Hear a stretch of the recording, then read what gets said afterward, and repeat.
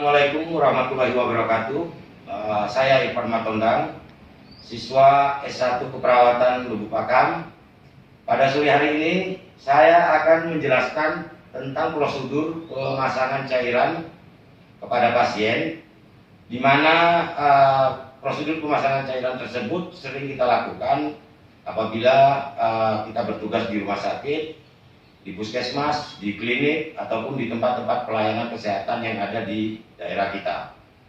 Nah, sebagaimana kita ketahui, sebelum kita melaksanakan pemasangan cairan kepada pasien, terlebih dahulu kita menjelaskan kepada pasien dan keluarga pasien, meminta persetujuan dan menjelaskan tentang kegunaan atau fungsi dari pemasangan cairan yang akan kita lakukan.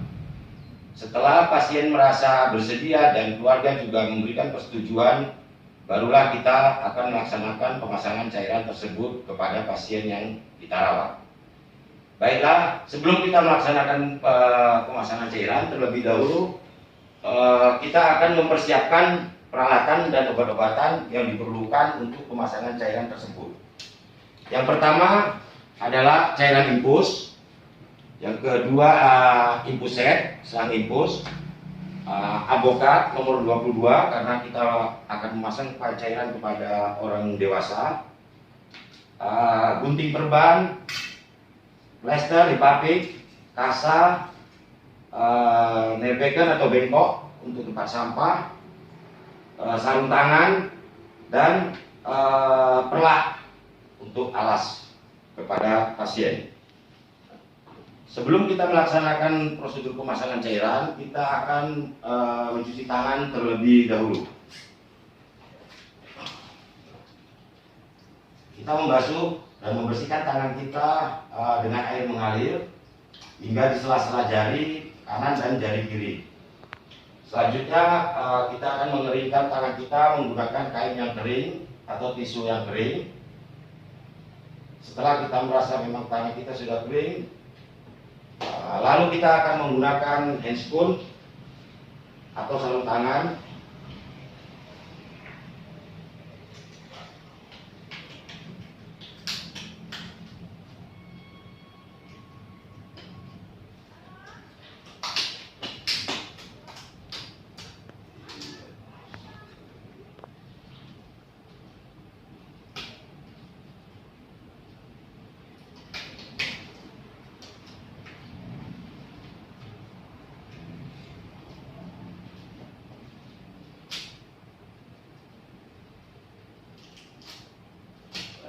Setelah kita menggunakan sarung tangan, ya, kita menempatkan atau menaruh perlak di bawah jari pasien, tangan pasien.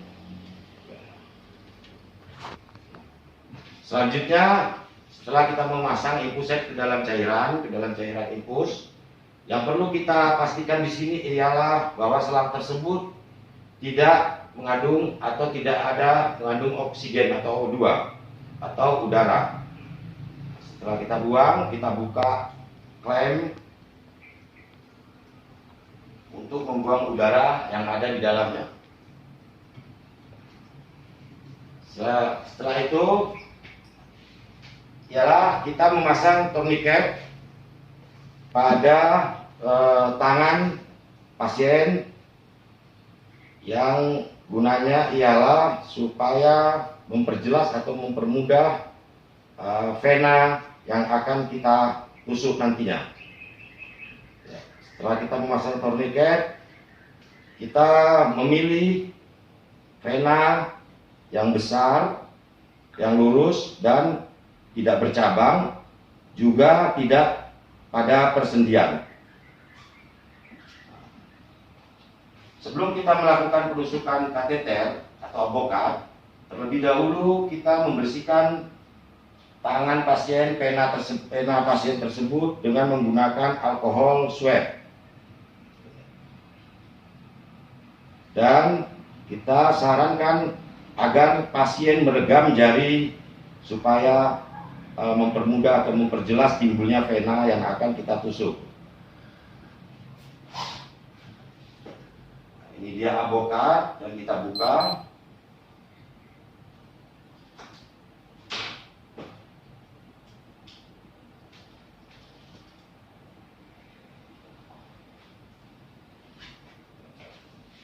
Selanjutnya kita pastikan bahwa pasien dalam kondisi atau keadaan yang tenang, dan kita menusukkan kateter atau avokat ke vena yang sudah kita tentukan. Vena yang akan kita pilih adalah vena yang lurus dan tidak bercabang, dan posisi avokat atau kateter ialah 30 derajat dari permukaan kulit si pasien. Indikator dari pemasangan kateter atau avokat tersebut ialah keluarnya darah dari vena pasien ke dalam kateter atau avokat yang kita pegang. Setelah dipastikan darah memang keluar, kita menarik pelan-pelan jarum pada avokat tersebut dan menghubungkan selang infus atau infuset kepada kateter tersebut. Selanjutnya kita membuka klem supaya cairan dapat mengalir. Setelah cairan infus memang sudah kita pastikan mengalir, lalu kita lakukan fiksasi dengan menggunakan plester Lipapik.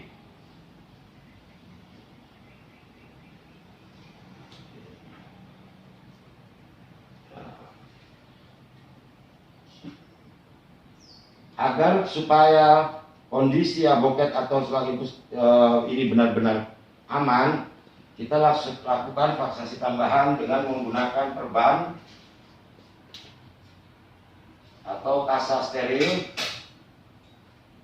yang selanjutnya kita balut kembali atau kita plester kembali dengan Lipapik.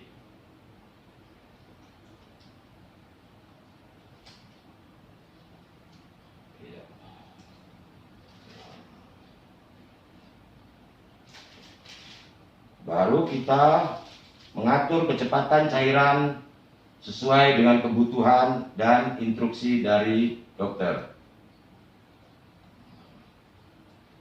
Setelah cairan mengalir sesuai dengan kebutuhan, lalu kita akan membuka tourniquet dan perlak.